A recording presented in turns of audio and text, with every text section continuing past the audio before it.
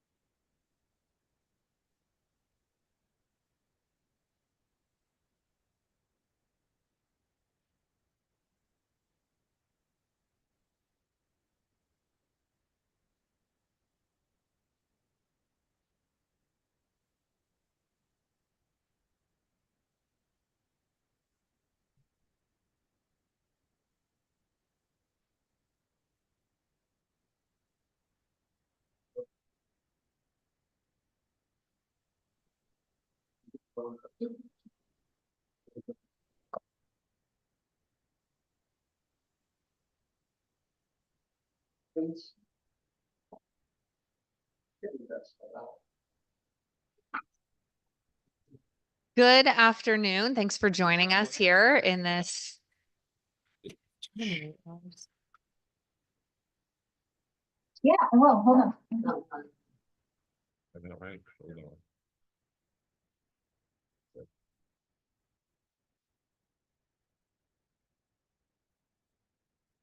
Is this better? Yeah, I think so. Thanks for joining us today.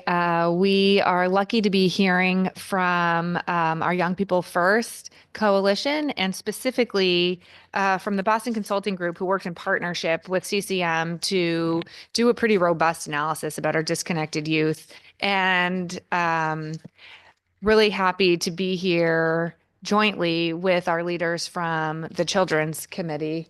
But I will hand it over to my co-chair and then we'll hand it over to you guys to see if you have any opening remarks before we launch this presentation. No, I'm just glad to hear from the folks that put a whole lot of work into something that that's been around in this state for a very long time. I'm glad that the organization have decided to shine some light on something that we've known for a very long time. I'm looking for some recommendations as we move forward. Thank you. Yeah, Mr. Paris, Representative Paris. Thank you, Representative Leeper. I'm not only glad to be able to hear about how we're going to be working to continue to put our children first in the state, but I don't get to see you and Senator McCrory very much anymore because we're all so busy. So it's good to be here with you all in a joint informational session. Thank you. Senator Mayer. Thank you. I know firsthand of the work that gets done around this, particularly through Domus in Stanford, and I look forward to hearing about the plans for the state going forward. Thank you.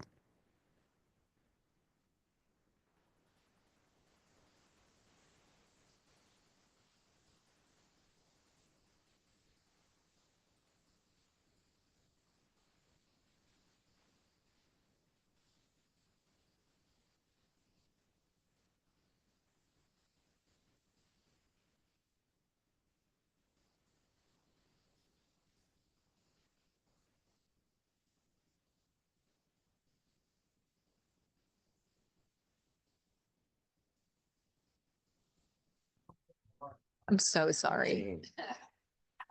With no further ado, I am really happy to welcome Joseph DeLong, who's the Executive Director and CEO for the Connecticut Conference for Municipalities, to come and introduce the Young People First work and the partnership you guys engaged Boston Consulting Group in. So thank you for joining us today.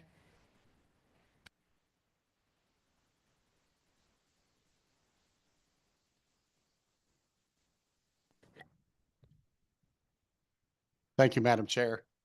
Thank you to our co-chairs and ranking members of both the Education and the Children's Committee, and of course the members of those committees for allowing us to be here today to talk about an issue that I know is near and dear to our heart at CCM, and I'm sure is near and dear to many of you as well, and that is the future of our children and the challenges that our young people face across the state of Connecticut. As introduced, I'm Joe DeLong, the Executive Director and CEO of the Connecticut Conference of Municipalities, but I was also a commission member. I was not one of the three co-chairs, but I was a commission member of the 119K Commission that performed this work and put forth this plan that is now before the committee and others across the state known as Young People First. And what I wanted to do to kick things off today was just to be very brief in a little bit of history in terms of the 119K Commission and its charge. Because what the commission had decided to do from the very beginning was to attempt to answer a question. And that was really it. It wasn't to perform the work directly. It wasn't to solve completely the problem, but it was to answer a very basic North Star goal question of what would it take? What would it take for Connecticut to reduce the number of at-risk and disconnected young people by half over the next decade? And that ultimately is what the work was that led to the Young People First report. In that process, we have just a few slides and I'm going to kick it to BCG, but in that process, what the commission fell on, in order to do that, this plan was going to have to really hit hard in three areas. Preventative actions, keeping young people from becoming at risk to begin with. Recuperative actions, finding young people and getting them that were off track and doing the things that were necessary to get them back on track.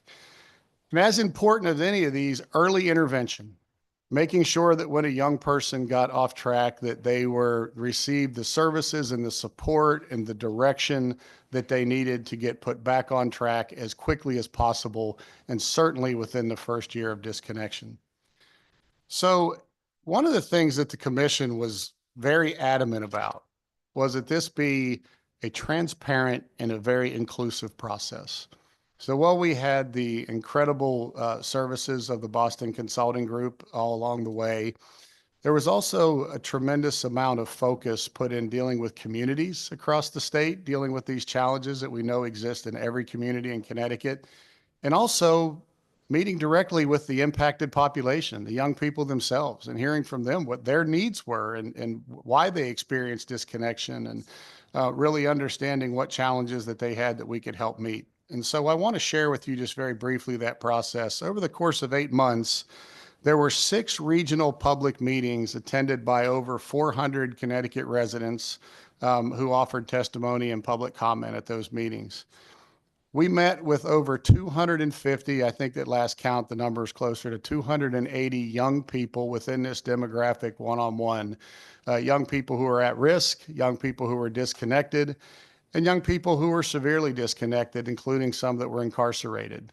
280 one-on-one conversations to better understand the challenges and the opportunities that needed to be taken on by this committee.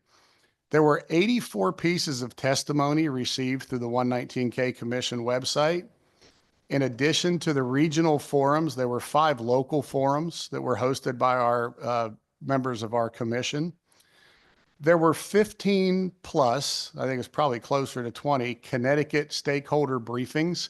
Many of those stakeholders are now partners in this work going forward and are even part of a foundation that was created to continue to support this work. There were 8 national expert briefings and 7 monthly working sessions with the full commission. So the commission was very engaged throughout that 8-month process.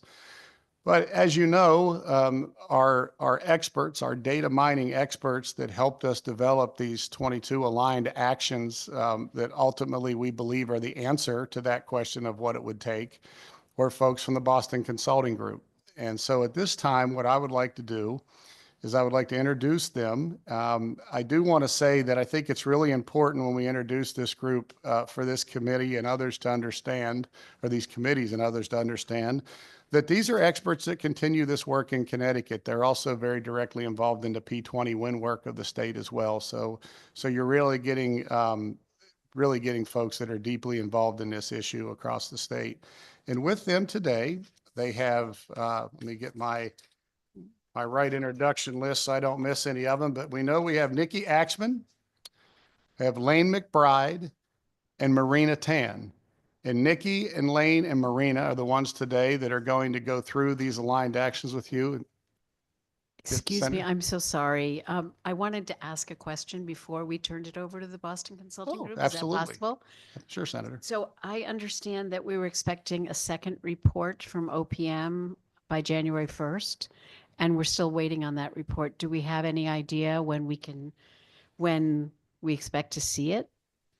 Well, being the head of CCM, I wouldn't have that information directly, Senator. I do believe that, the representatives from Boston Consulting Group that are on here may be able to answer that more directly. It is my understanding that work may be completed and the final touches are being placed on it, but I think that report release is imminent, but I can't speak on behalf of the state exactly when it's being released. Okay, thank you. Thank you.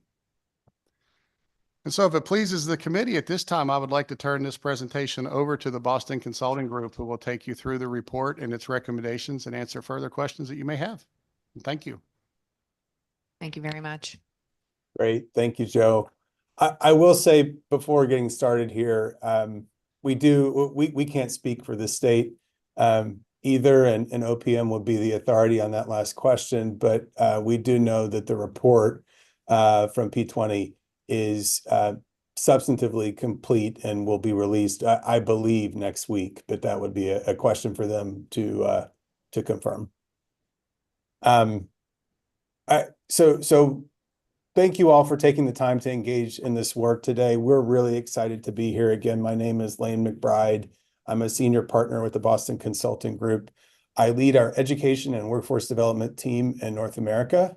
And it's really been a privilege for me and my colleagues to be a part of this work in Connecticut over the past couple of years, including working last year with CCM, with the municipal leaders and other commissioners, and with the many Connecticut stakeholders mentioned on this slide, who are deeply and personally invested in this issue. And in many cases, it's their life's work.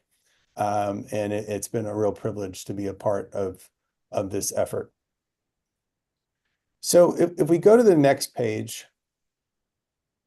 I'll start by speaking about what we heard from young people and from those who work directly with young people about some of the greatest challenges, where we have 119,000 at-risk and disconnected young people And what did we hear from them and from those who work most closely with them about barriers? And I will say this page is not yet to get into the systems that may underlie these barriers or the solutions, but rather to start with what are their experiences? And so first we heard a lot about relationships and where in some cases there's a lack of relationships, a lack of trust, a lack of engagement, a lack of belonging, a lack of feeling that what I do matters, a lack of knowing where to turn. But then conversely, on the positive side, many of the positive examples we heard of young people emerging from being at risk and disconnected were about good relationships. And you see this first line here, the statement is in the negative, but if you look at the quote there, it was about a family advocate who really made a difference. And we heard about that too. We heard both of these things. When it comes to education and workforce development, similarly, we heard about positive programs and initiatives. We also heard about young people who didn't feel like they had access to them. In some cases, they didn't know about them. In some cases, they perceived there to be structural barriers to being able to participate. They were on a wait list, or they were told that a program might be a good fit, but they weren't able to get into it. And so we heard really strongly from young people the perception and reality of not having access to programs and opportunities that they felt could be helpful. When it came to services and service provision, one of the things that we heard, and Joe alluded to this just a few minutes ago, was a system that is set up to triage crisis and a lack of resources and systems to enable avoiding the crisis in the first place. And so you see the quote here on the page about somebody saying that they had to use the right language to describe the fact that they were homeless or they had insecure housing, because that was the unlock to being able to receive the service they needed. But we heard a lot about you can't really get help until there's a crisis. That was a theme throughout many discussions and many systems. And of course, that starts with things even beyond the state's control in some cases in terms of how federal systems work. But that's something that we heard about from young people and those who are closest to them. We heard a lot about silos of data, silos of program, silos where multiple systems, multiple entities, multiple organizations working very hard, but not really with full knowledge of what each other are doing. And maybe that's represented in a couple of the points at the bottom of this page, but maybe I'll end on a hopeful note with the last quote at the bottom right, which is we also heard some examples, some very localized examples of silos being overcome and of work across police and the education system and social services to get to know young people, to exchange information, and to support young people with an emphasis on getting to know them and seeing them through to success, having a mutual accountability for helping young people rather than kind of only doing your part and handing somebody off to the next service down the line. We did hear some good localized examples where that's happening in a really positive way. So the next page here bridges from some of the problems that we heard. In addition to that, we heard a lot about opportunities and ideas, and we engaged with experts in Connecticut. We engaged with those very proximate to these challenges, including young people themselves. And we also engaged with experts outside of Connecticut and drew upon our own experiences of working in other states. And together with the commission, came up with a strategy that has 4 pillars and 22 aligned actions. This covers a lot of ground. Even though this was a 6 or 8 month process, it felt fast to cover a lot of ground and start to get at the complexity of the challenges here.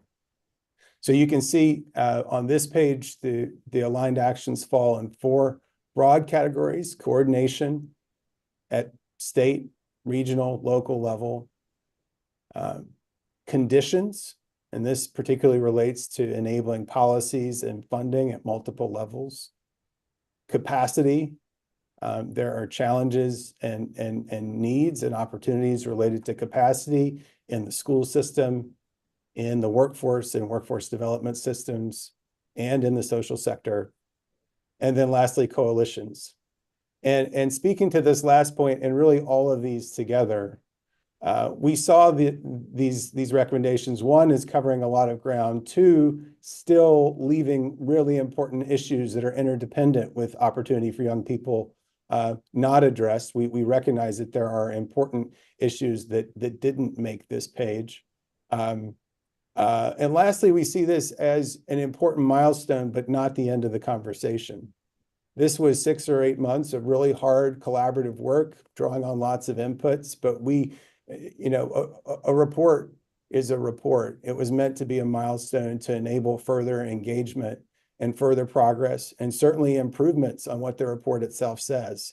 And that's one of the reasons why we're glad to have the opportunity to speak with you today, and that you are in your committees and in your work carrying this on and taking this to the next stages. So with that, I'm going to hand it over to Nikki, who will spotlight a few of the specific aligned actions. Thank you, Lane. My name is Nikki Axman. I'm a principal with BCG, and I was one of the people that led this work.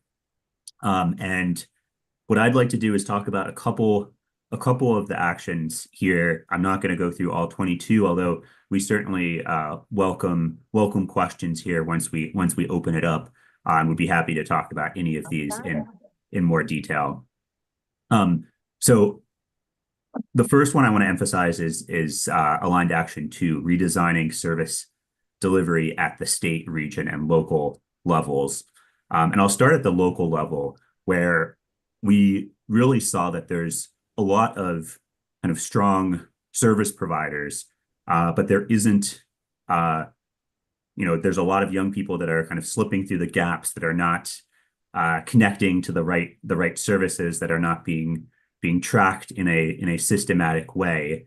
And so the recommendation from the commission is really investing in integrated case management at the local level, and an organization within each town that kind of serves as that integrated case management hub, really with the goal of coordinating across service providers, keeping track of individuals, and then providing that case management support that I think, as we were engaging with young people, wasn't always present in the current system. At a regional level, the commission is recommending really setting up and kind of building on existing regional infrastructure to acknowledge that this isn't a problem that is going to be solved in a hyper localized way, that there's a lot of kind of transiency across regions, and there's a need for regional coordinating bodies to support integrated case management at the local level, and ensure that there is that kind of level of regional coordination.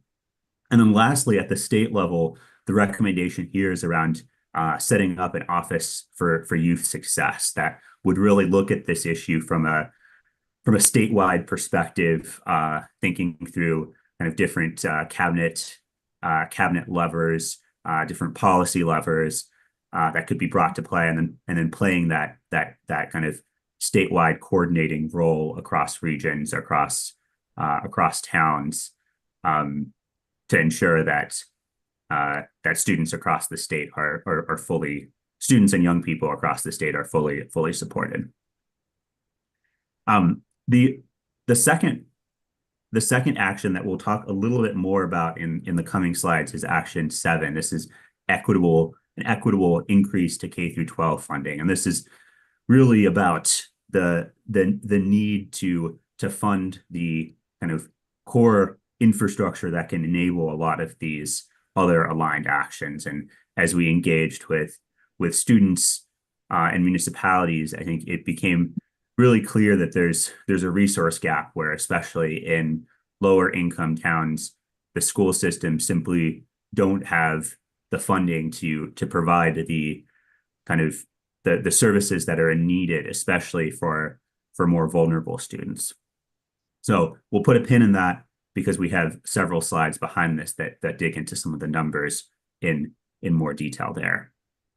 I do want to call out a couple of the workforce aligned actions here, including aligned action 15 and 16. So 15 refers to scaling up transitional employment, registered apprenticeships, and summer employment programs. And I think this is something Lane already alluded to, is that in the workforce space, we know that there's programs that are working well. The challenge is typically more around access, around having the right wraparound supports to enable students from different backgrounds to access those programs, and then scale.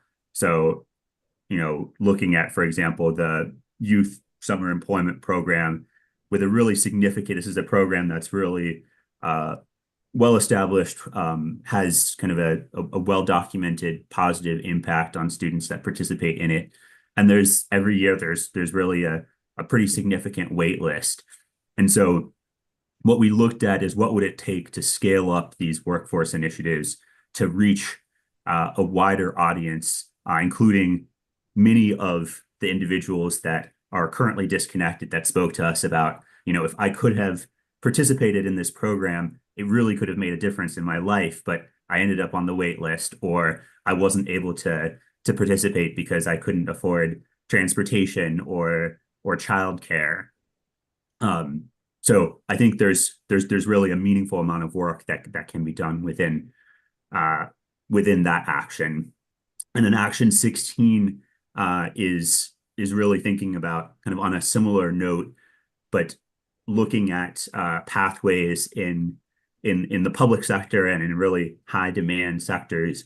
Are there ways that we can support young people through a 1-year fellowship to both kind of increase the pipeline of talent into those pathways, and also really have a positive long-term impact on their employment opportunities.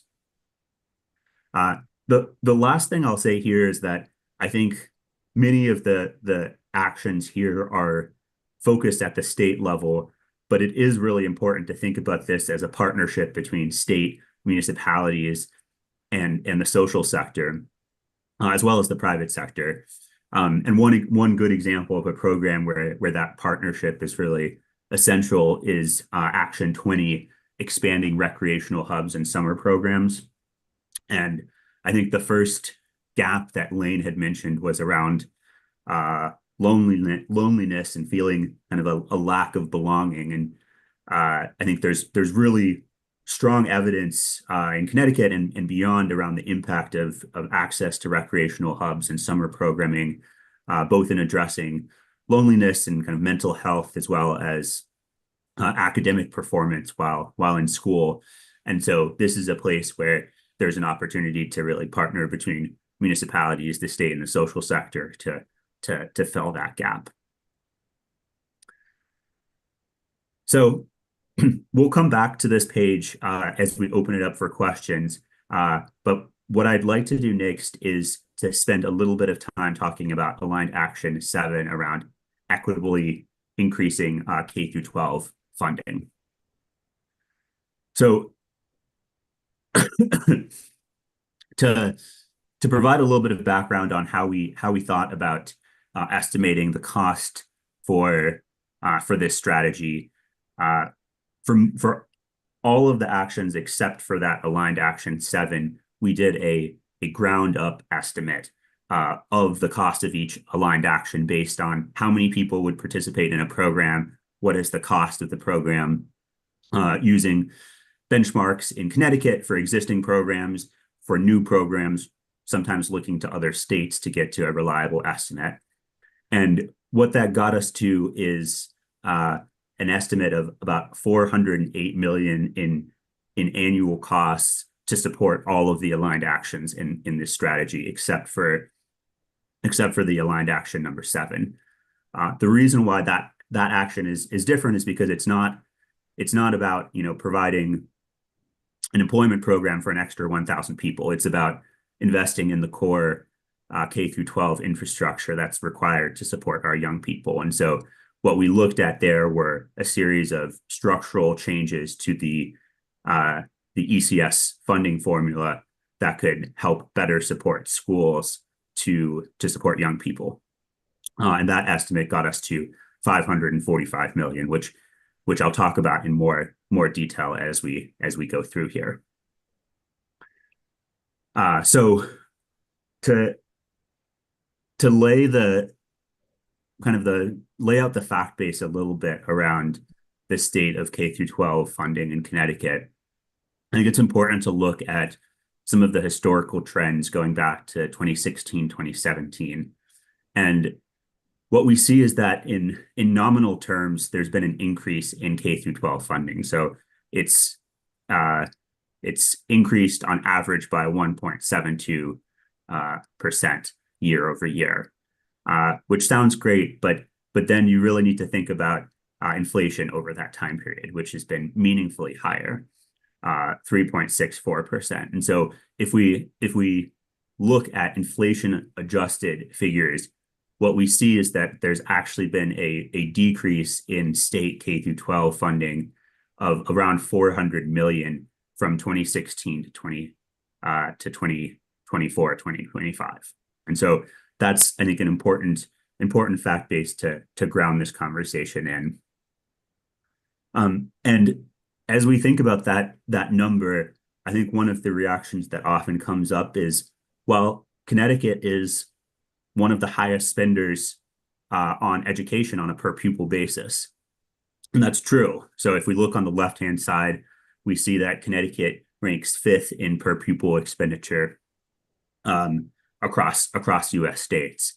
But what is really important to emphasize here is that we see a tremendously wide amount of variation across school districts in Connecticut. So the 10 districts that receive score is better than ours. The 10 districts that receive the most state aid, so the which is closely correlated with municipal wealth, are spending only 18,000 per student on average, versus the 10 districts receiving the least state aid, so that the 10 wealthiest districts spending 32,000 per student. Again, this also does not account for cost of living differences across states. So you'll see that most of the top states also tend to be relatively high cost of living states. So there are some kind of higher structural costs, including higher labor costs that those states experience. I think it's also important to look at Connecticut relative to neighbors, and I think that the comparison with Massachusetts is particularly apt here. So what we did was we looked at what was the difference in state contribution to school district budgets on a per pupil basis in Connecticut for the top 10 districts by state contribution and for the bottom 10 districts by state contribution. And what you see is that there's really, especially for the lowest income districts, there's really a meaningful gap. So in Connecticut, we see a contribution of about 56% of the total budget, around 10,000, versus in Massachusetts, it's 75%, around 14,000 in state contribution per pupil. And so there's really a big gap in how we're supporting our most vulnerable districts that really kind of need support for K through 12 education the most. It's also worth pointing out here that gap also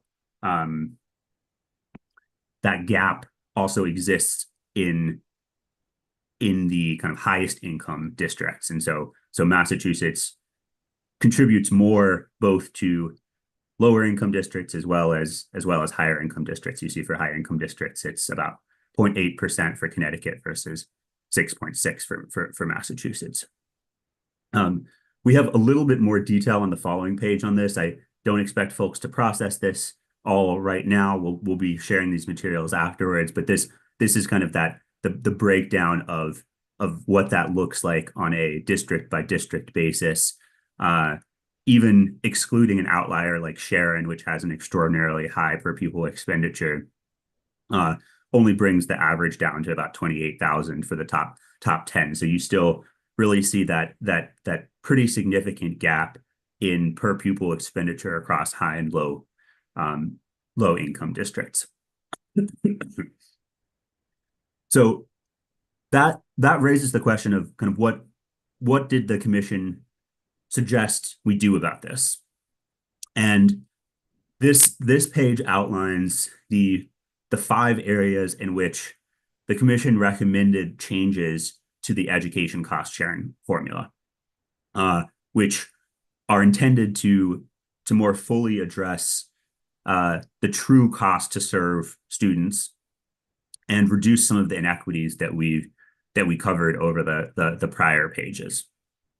So to go through these one by one, and I would say the basis for these changes is really rooted in what does it cost to serve students, different types of students.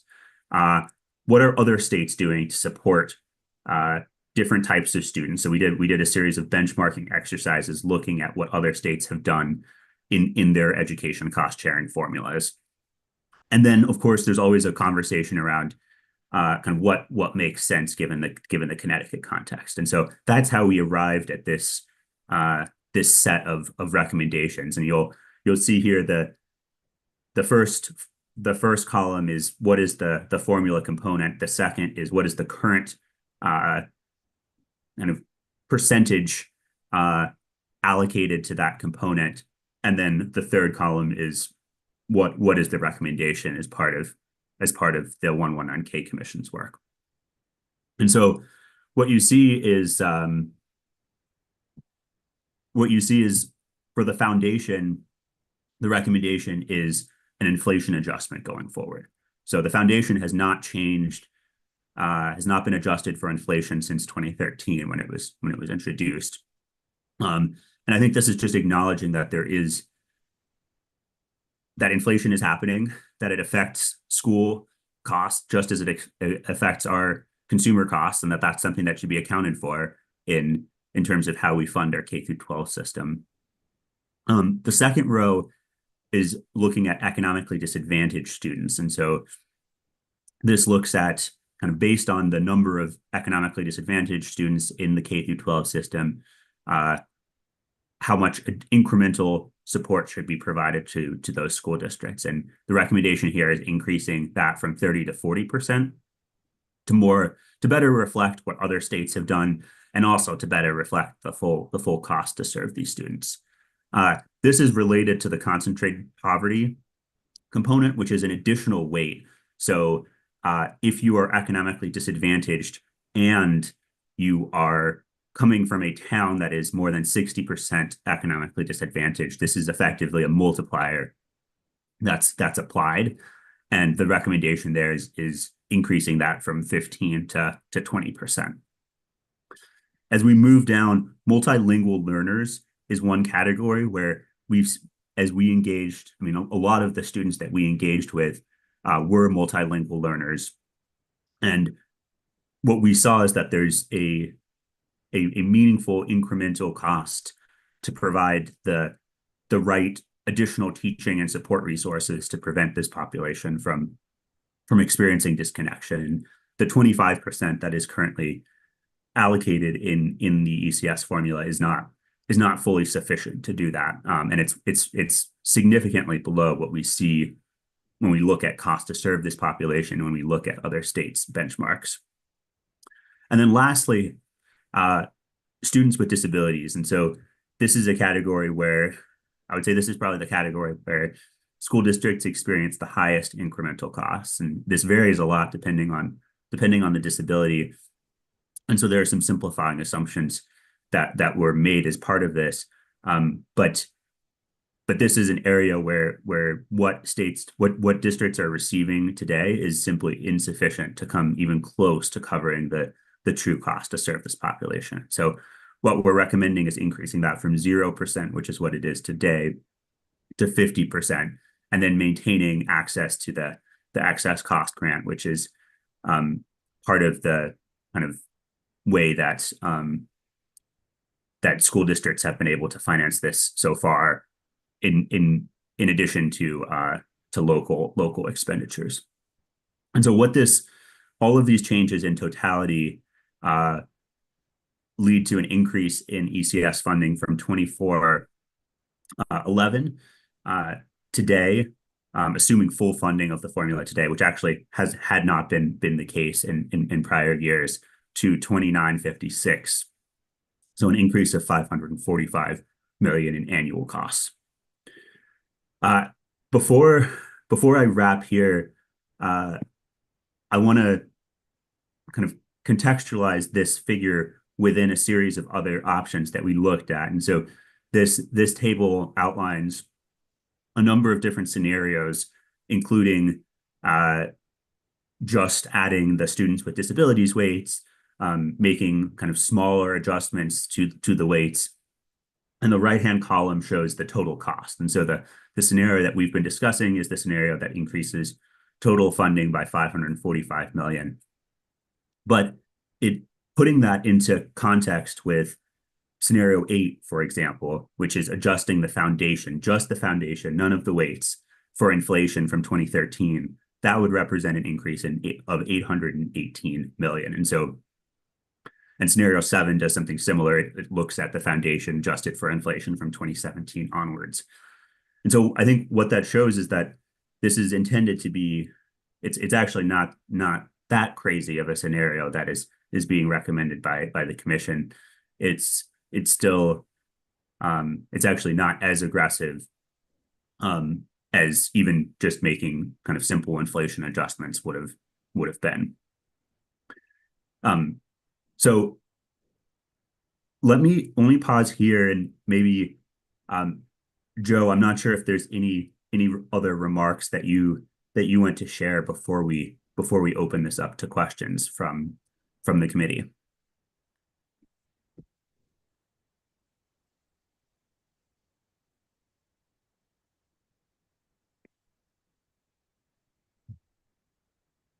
Thank you, Nikki, for that. Does anybody in the room have any questions? Do you want to say something? Yeah, go ahead. I'm okay for now. Do you want to go? Representative Zepkis? Thank you, Madam Chair. Thank you. They disappeared off our screen. Thank you for coming today and for your presentation. I just have a couple of questions. And first of all, I hope we're going to be getting that so we can look at it even further. But as far as the number 2 on all of those in those pillars, how do you suggest to integrate this at a local level, a regional level, a state level? Hiring people to do it, giving information to the districts? What did you propose on how to do that? This is the aligned action number 2 around integrated case management. Is that the one that you're referring to? Yeah, it was number 2 in that list of 17 in your pillars. It's not up on the screen. Okay. Yeah, it may be useful to get that page back on the screen if that's possible, so we can refer to it. So it was the one that was on the screen just before this. There we go. Yes. So I think there's a specific answer in the recommendations in this report. I think there also are some principles that are probably even more important than the specifics.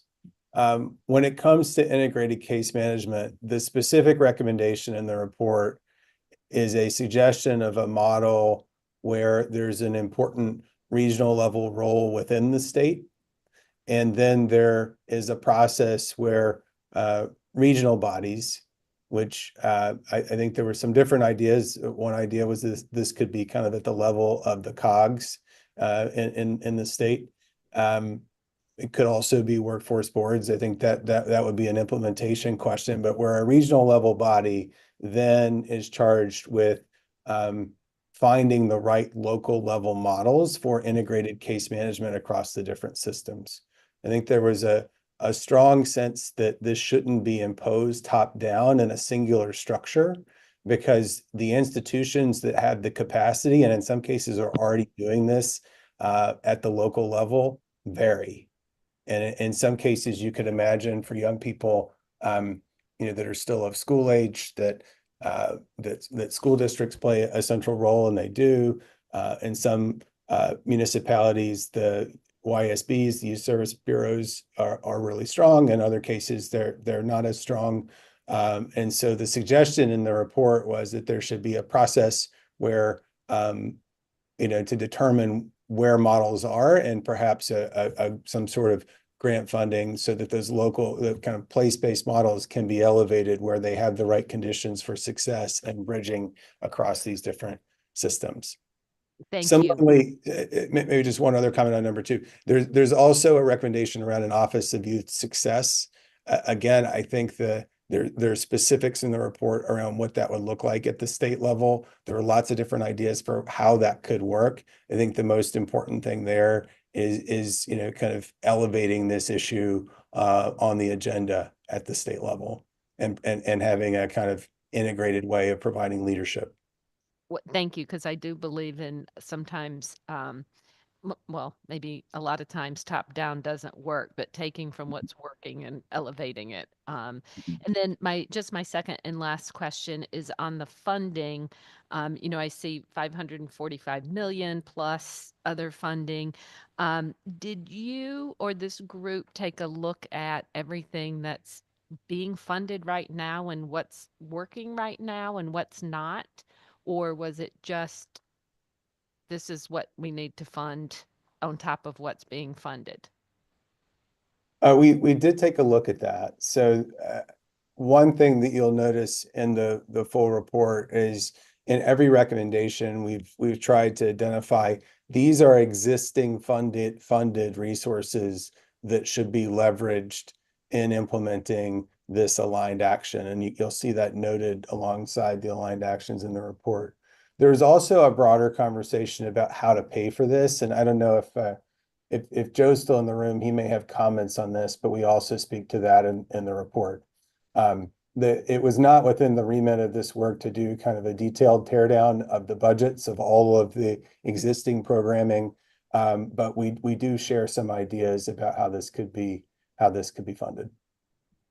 Okay, thank you, because I'm sure there's some things that are being funded that we could do much better, and some things that are being funded that are doing great. Thank you. Yeah, I have a question and a quick comment. First of all, I really encourage, well, not necessarily encourage, but I find it interesting that one of your people that participated in the surveys that you put forth said one of the issues is you can't get help unless there's a crisis, and which is the biggest problem we have. We wait till there is a crisis before we try to help.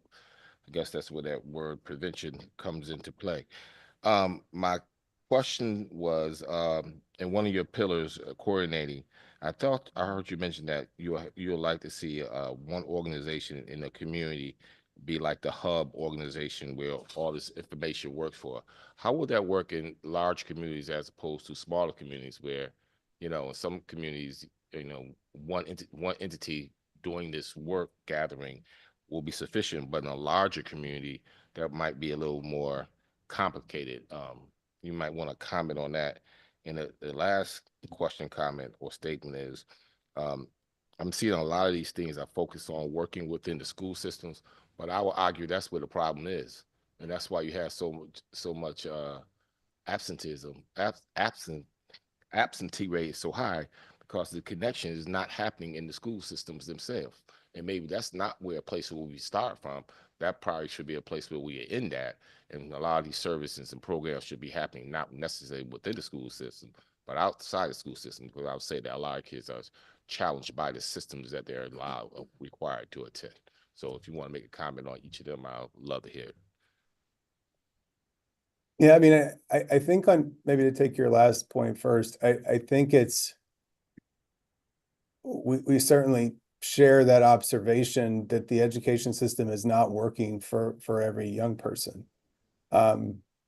We also would share the observation that when we're talking about prevention, the one system that almost every young person has in common is the K-12 education system. And that's the place where, you know, as the state, the localities, you have an opportunity to reach young people. And so I think it's a balance. It's a balance of supporting community organizations and others that may in fact be the places where young people have trusted relationships. In some cases, that's not school. But also looking at what are the ways that we can leverage the fact that, you know, most of these young people, at least at some point, I mean, it's the law, they're in school. And so how can we have partnerships that bring the different stakeholder groups together while students are in school? One of the things that we heard is actually the challenge of there are some places where school has, where there's an intense effort to support young people holistically when they're connected to school, but then when they disconnect from school, even sometimes when that disconnection is because they graduated, there can be a real drop off because there's not necessarily anybody who's looking out in an integrated way for a young person once they disconnect from school. So I think, I mean, it speaks to the complexity of the issue. I think it's a both and. That was mostly on your second point. What can you remind me the first question?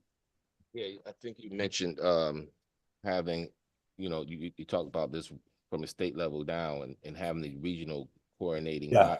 I Yeah. like the idea, but you also mentioned the fact that having on a local level, having Yes. a institutional organization be a pivot point for these organizations' work.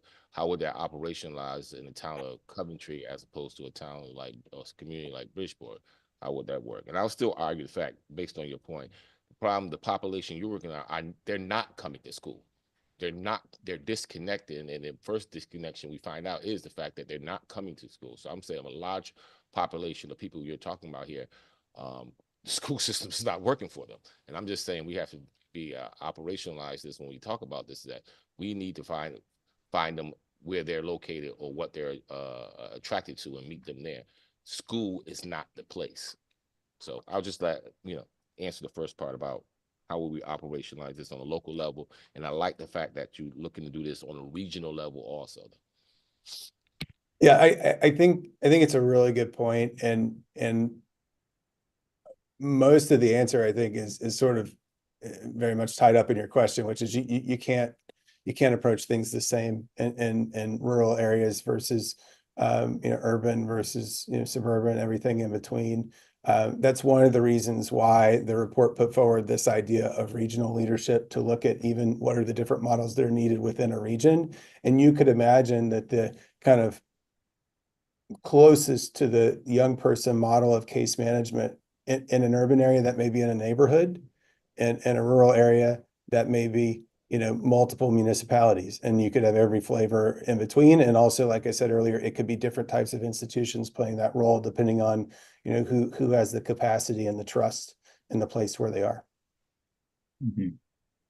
Yeah, I think that's spot on. And I would add, so we did have a chance to sit in on an organization that was kind of performing some of this function in Norwich, where they sat down, went through a list of every individual in the community that is being served by service providers, really thinking through kind of what's going on with that person, what do they need, how can we make sure that they're not going to fall through the cracks.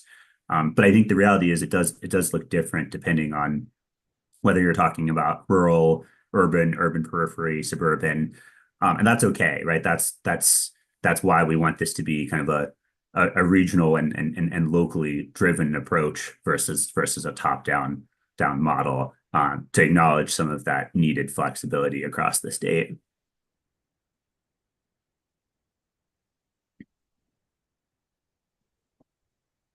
Thank you for that. Representative Paris, did you have a question?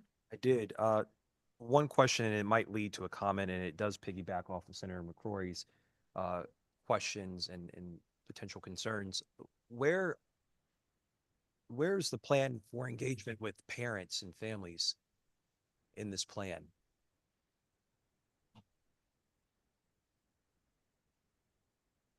Can anyone hear me?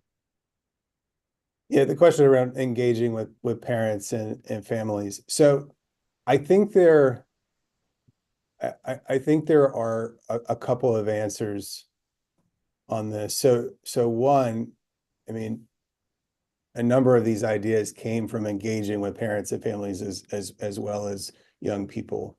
And so you'll see that aspects of that in several specific places here. Maybe Nikki, you could call that out. I do think though, you might be getting to one of the things that I think is one of the nearest adjacencies that's not deeply addressed here is earlier development of kids. And you know, there was some conversation about, do you expand the remit of this and look at early childhood education? Do you look at engagement of families, mothers, nurse family partnership, those sorts of programs. There's a lot of really important things around engaging families of even younger children that certainly are interconnected with the things on this page. They're not on this page. The original analysis that was done on the 119K was looking at age 14 to 26. And so I would say the solutions that we are talking about here, the K-12 funding, of course, hits a broader range, but many of the solutions here are focused on that 14 to 26 population. But that doesn't take away, I think, a broader recognition around engaging with families and younger children, and that there are important things to do there too. I certainly appreciate that. I would just like to make a comment, if I might. Sure. It's concerning to me because I do see here a very good idea, pairing students with the highest need schools, in the highest need schools with success coaches, but it doesn't include the families. I think it's one thing to start working with children, but if we're talking about children who are already disengaged and don't necessarily possess the high level quality skills or soft skills in order to know how to work with those success coaches and implement that at home, and working with the family so that they can support the kids to see them through on that implementation, that's concerning to me. It's also concerning to me that there are cultural issues with many of the folks that we are who are at risk that we are targeting in efforts to help. Um, and there are cultural sensitivities with every ethnic group and racial group across our state. There's some things that Black families do differently than from brown families, and some different things that they do than poor white families or working class families. And I think that it is important that we don't put a one size fit all plan to all of these challenging and tremendously traumatizing efforts. And if we're talking about really fixing the problem in this state and moving forward, we can't expect to just have this plan include the kids and not include their parents, because they also will have to do a lot of work and undo a lot of the trauma that may be generational to help overcome, to see that their kids are going to be successful in the future. And I know that it's guaranteed at 14 to 26. I know that early childhood education is really important. Yeah, we'll focus on that. But 14 to 26 just isn't enough. You need your parents every step of the way. And I would argue most men don't mature until they're 35. No offense to my colleagues here, most women a little bit earlier. So again, with the world changing as it is right now, and I totally think that this plan is really important for our young people who are disengaged, we cannot leave out the families in this process, because it will be able to undo and set us forth on better generational paths in the future. Mhm. I thank you for those comments, and I think we certainly wouldn't disagree with the importance of families in this. And I think there may be some opportunities, as you noted, with the success coaches and with some of the other programming to more fully integrate families. One other aligned action here that does look at this from a family perspective is the child tax credit. So that was, I think, acknowledging that there's a important kind of structural poverty component to this, and so supporting families both through the federal tax credit, and then we had a number of discussions with the commission around the state potential state child tax credit. I think those are if we're thinking about how to better support families and young people that are within those families that are living in that ecosystem. that is one lever that that certainly can be pretty powerful. Representative Paris, if I may, what I would add to that, and I think it also goes along to Representative Zupkis's question, and that aligned action number 2, one of the more simplified ways to thinking about that, when it comes to a young person, we really talk a lot about the hub and spoke model, where the young person and their needs have to be at the center. And then all of those different spokes that come out from that young person are the gaps, are the needs that have to be met in order for them to be successful. You're absolutely right. In many of those cases, those spokes are proper family supports. So I don't think that should ever be discounted, or that is discounted in this plan. The idea is, and I think one of the things that we have certainly learned through this process, when you talk about a fragmented system, is you could have 2 or 3 service providers or nonprofits that are providing services to the young person or services to the family that are doing a really good job, that are actually being successful in the work that they're doing. But with that young person, if there is 1 spoke or 2 spokes that aren't being met at all of that good work that's being done around the other areas is almost for naught, because they still fail because of those 2 gaps. So I think that is the importance of building out that coordinated access network, is to make sure that all of the spokes for every young person are being met. And one of the things that the report talks about, and the State Department of Education has been doing this on a smaller level and wants to expand it, is the LEAP program. And the LEAP program, when it shows up to people's houses, it really does do a lot of that. It's not just about the young person. It's not a truant officer showing up and saying your kid's not in school and dragging them there. It's showing up and asking the question, like, what's going on and how can we help?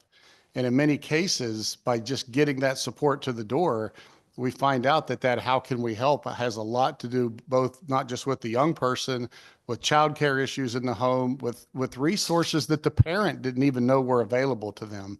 So I think that, closing that gap, building out that coordinated network, pulling it up to the regional level. Nikki talked about the Norwich model, which is excellent. I would encourage any of you that ever had time to go see the great work that Norwich is doing. But here's the challenge in Norwich. If a young person who's transient or that family that's transient moves right across the border, they're lost. Nobody's tracking them anymore. So that's the importance of building that network from the bottom up, and really even bringing it all the way to the state level at a data tracking system, is to make sure that young person's needs as they move through the system, whether it's graduating or whether it's moving from one community to another, that the support services move with them and their families. Thank you, Joe. I think Representative Paris had a follow-up question. I do. I want it to be abundantly clear that I'm not criticizing the plan in any way whatsoever. What I am saying is that there are gaps, and there are gaps because there's not a one-size-fit-all plan to address all of the things that many individual people might be feeling. I think the child tax credit would definitely help families. I support it. I've always supported it. I'll continue to support it. But let me tell you something. As an 18-year-old kid, I grew up in a family where we were upper middle class. I had every privilege given to me. And at the age of 17, I was out on my own. No familial relationships with my parents whatsoever. I moved to this state to go to school in this state, and I had to figure out in this state how to make life work. I was disengaged. And so a child tax credit for a 21-year-old kid, an 18-year-old kid going to school that has no family relationships. I don't have a Doug McCrory to teach me, to help me out, to be that guiding light for me in school. I have to figure this out on my own. And so I say to us, what are we doing about those plans, those specific opportunities for those young people who are slipping through the cracks? We have to look out for them, because if not, they are going to be the ones that are going to be on the workforce lines, that are going to be unemployed. They're going to be the ones repeating the same generational issues that they go through, that they just dealt with in their own life, in their own families. And I'm saying to us, I understand completely what we are saying. This is a wonderful idea, a wonderful model. We have to do it. But I'm saying, at what cost are we going to just put a one-size-fits-all over all of these things, instead of looking at the specifics that could actually affect young people in our state? That's all. Thank you.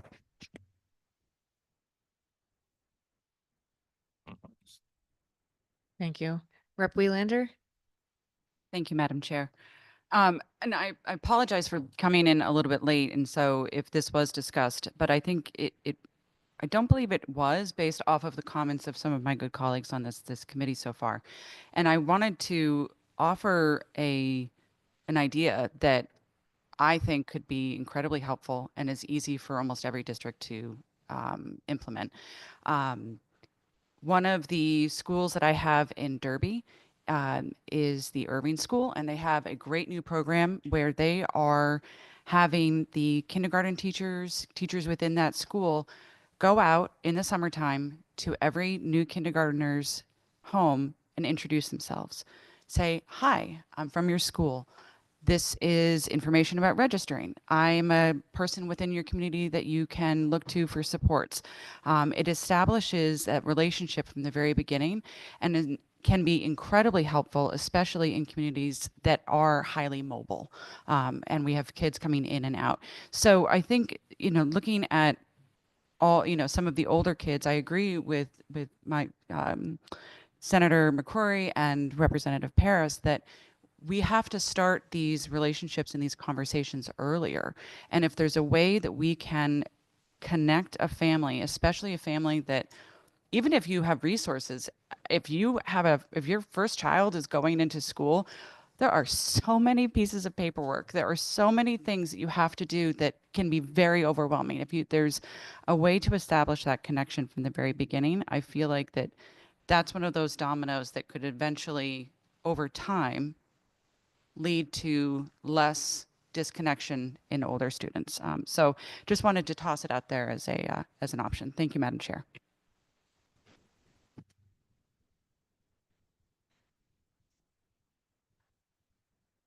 Thanks, Rep. Welander. And I see a Rep. Rader online with a question. Thank you. And thank you to the leadership of this committee, the leadership of both committees, and this work here. And I just had a few comments, but I really appreciate what both Rep. Paris said and Rep. Welander. We in our district, I'm looking at all of these 22 recommendations, and they're very like macro. And I think what's coming up here today is a lot of the micro stuff that isn't sussed out here. One of the two things I want to ask about is you talk in a couple different items here about strengthening career-connected learning, and engaging in professional learning. And what I see happening in Connecticut, not everywhere, is we're not capturing kids earlier around what really sparks their interests.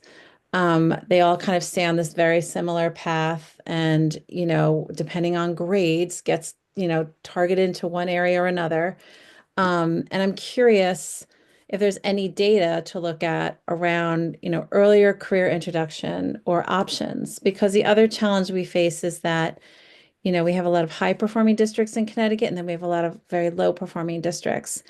And why aren't we engaging our kids younger in the opportunity for different career paths? And then the second, what Rep. Welander just connected to is, getting to our kids really early, and their family and loved ones and parents to get engaged in their learning community. And I don't see here anything about mentorship, and I was surprised. And maybe it's inferred in some of these things, but we have a mentorship program in my district it's completely voluntary, and it's volunteers, and it's hugely successful. It's been going on for over 20 years. And it helps schools identify kids who may need that person, that extra person to connect with beyond a teacher or an administrator, and to connect with that family. And so I'm curious about the career pathways piece and then the mentorship piece, because I don't see that mentioned here. And it's not a criticism, it's a curiosity. Thanks. I think it's really, both of those things are very consistent with what we heard. And I think Nikki in a second can make a few references. I mean, this is 22 things, which is a lot to put on a page. Even underneath these, some of these have A, B, C, D, if you look at the full report. So there are some other things that aren't fully captured in the one-page version of this. I think it's really consistent, though, what you said with what we heard, which is around creating opportunities for early career exposure. And I think, to the prior colleague's comment, I think, this includes for families, not only for young people, but we've heard in other work that I've done, the importance of, for example, enabling parents and families to understand what advanced manufacturing looks like. Because it doesn't look like a 30 or 40-year-old conception of manufacturing. That's just one example. But creating exposure even at the younger middle school level for families to see what career paths can be and what those jobs actually look like, I think is something that's really important.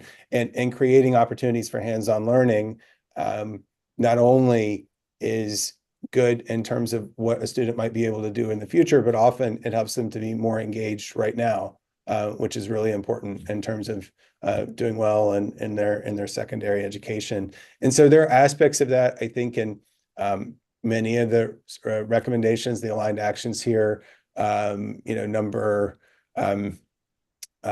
13, 15, 16. And I believe there are some different aspects of mentorship in here too. But the other broad comment I would have related to mentorship is it ties back to some of the themes from what we heard, which is around the absolute importance of young people having trusted adults in their lives. And we hope and want to support that as many times as possible. That includes parents. Sometimes it doesn't include parents. Even when it does include parents, it's good for there to be others as well. And so that resonates very much, what you said. Nikki, are there specific cross references that you would call out here to some of the aligned actions and sub actions that align with the comment? Yeah, definitely. And I think that certainly resonates, Representative. So I would say one part of this is the CTEC system, which, as we spoke to young people and also as we looked at data, was an example of where you are seeing career connected learning that is engaging students in the right way at the right time. And the recommendations there that we had included are both around increasing access to the system. So every year there's students that want to participate in a CTEC school, but that aren't able to. And then also seeing where there's opportunities to take some of the career connected practices in CTECs and apply those learnings to other schools, especially at an earlier age. So I think really thinking about where there's opportunities to do that earlier. And earlier, there's real value as you're losing students that are otherwise disengaged or bored or feel like, this just doesn't tie in with like the things that I'm interested in. On the mentorship side, the program that I would call out that doesn't show up on this page, but as Lane said, there's layers behind this, and the report, it's a long report, but it's worth a read for some of that like A, B, C, D level detail. But one of the programs that we highlight that we recommended as part of this is around success coaches, and that's really about mentors. That's about creating mentorship for students because there's just very strong evidence that type of mentorship has a pretty meaningful impact on student outcomes. And so would absolutely agree with you. I think there's different ways that you can structure mentorship programs. We proposed one. We're not saying that that's the only or the best option, but I think that's certainly one to consider. Yeah, and to my colleague, Rep. Paris, I think we think of mentors when kids are in elementary or middle or even high school, but also thinking about that transitional age, that 18 to 26 age where, can really feel adrift. And how do we keep those mentorship connections going through their young adult, like launching time, I think is so critical. But thank you for clarifying that. And I look forward to digging into the full report. So I appreciate it. Thank you.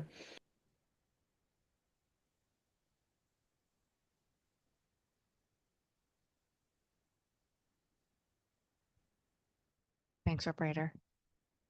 Rep. Kit? Thank you. I just have, a quick comment. You mentioned that there's mention of workforce development, education, and success coaching, but no mention of leadership development of our youth, with our young people as a solution. I think this is a gap that needs to be explored, and a way for for inviting young people in and to give them ownership to this whole process. It might be a good idea to connect with the on Women, Women, Children, Seniors, Equity, and Opportunity. They've been doing a lot of leadership development in this with parents and children for years, and they're starting to work on teen populations and looking to the 2Gen initiative, which has really worked at building leadership capacity in parents to address income inequality and wealth, addressing generational poverty. So that might be some models to look at for really centering youth voices in this process. Representative, if I may, first of all, thank you for that. Completely agree. One of the things that I would point out, and Lane and Nikki could speak to it more if they felt it necessary, but one of the early recommendations in this report also talks about the rigid nature of our graduation requirements, which take away a lot of the ability to do choice, and to do some of the types of things like you're suggesting that could be very valuable to a young person's development. So I would just point to that recommendation as well. We haven't spent a lot of time on it, but the commission at least felt that in hearing from young people, that some of our graduation standards were so rigid that they left people out, or left out opportunities to do things such as what you're suggesting. So I just wanted to add that comment. As we think about some of the structures that we are describing, that's another place where we did try to emphasize the importance of having young people involved in these institutions. So if we think about for example, the regional, we call them youth success oversight boards. That was a place where the recommendations articulate a case for young people to have a meaningful role in decision making there, so that they're empowered, they have autonomy, they have, we get to a better answer on what the solution looks like. So I would fully endorse that suggestion, Representative. Thank you. Thank you. Are there any other questions in the room or online? I just want to thank CCM for their work and leadership on this, and also the partnership with BCG, and for you all making yourselves available to our committee today, and recognize that it's pretty difficult in a 1-hour presentation and a few graphics to capture the really comprehensive work you guys did for over a year, and all the stakeholders you engaged in coming up with these recommendations. And what I would say is likely much more comprehensive and individualized if we were able to have the time to drill down into each of these aligned actions a little more than probably what we were able to capture in this just 1-hour discussion. So thank you. And if there's you've made lots of resources available, but if there's anything else that you want to share with the committee, please feel free to send that along and we'll make sure it's available. And if there's any closing sort of comments you'd like to make, I'd be happy to sort of give you the last word. Well, Madam Chair, I think my closing comment on behalf of the members of the commission and CCM is just gratitude for giving us the time to share these things. I believe we've shared copies of the report with all members of the committee, but if any don't have it, we'd certainly be happy to do that. We will share the PowerPoint presentation, but what I would suggest is when you go back into your work, if you have questions about any of the data or anything like that with Boston Consulting Group or others, let us know. We'd be happy to be a resource to you and to provide you with that information as you have your important deliberations. This is one of those issues that I know that we all share the same goals. So I think as long as we're all sharing the same goals, we can find ways to answer people's questions and find commonality, and we look forward to being a part of that process. So thank you very much. Thank you. And I just want to recognize, because I don't know that it was stated explicitly yet, that our inability to fund these things and these initiatives for our young people here at the state level falls back on our municipalities, which I think is really probably the nexus for CCM's engagement. And so we are paying for it, right? We're paying for it just in our property taxes. And some communities are more able to shoulder that expense and investment. And then those young people are disproportionately supported. And I think that's the disparity we're seeing across our state. And so I just appreciate the work you guys have put in and giving voice to that and ensuring we kind of center that lens and how we continue to pursue these extremely worthy causes with, unfortunately, less than sufficient resources. So thank you again. All right, I think with that, we have concluded our informational session. Thanks. Thank you. Great to join you all. Thank you.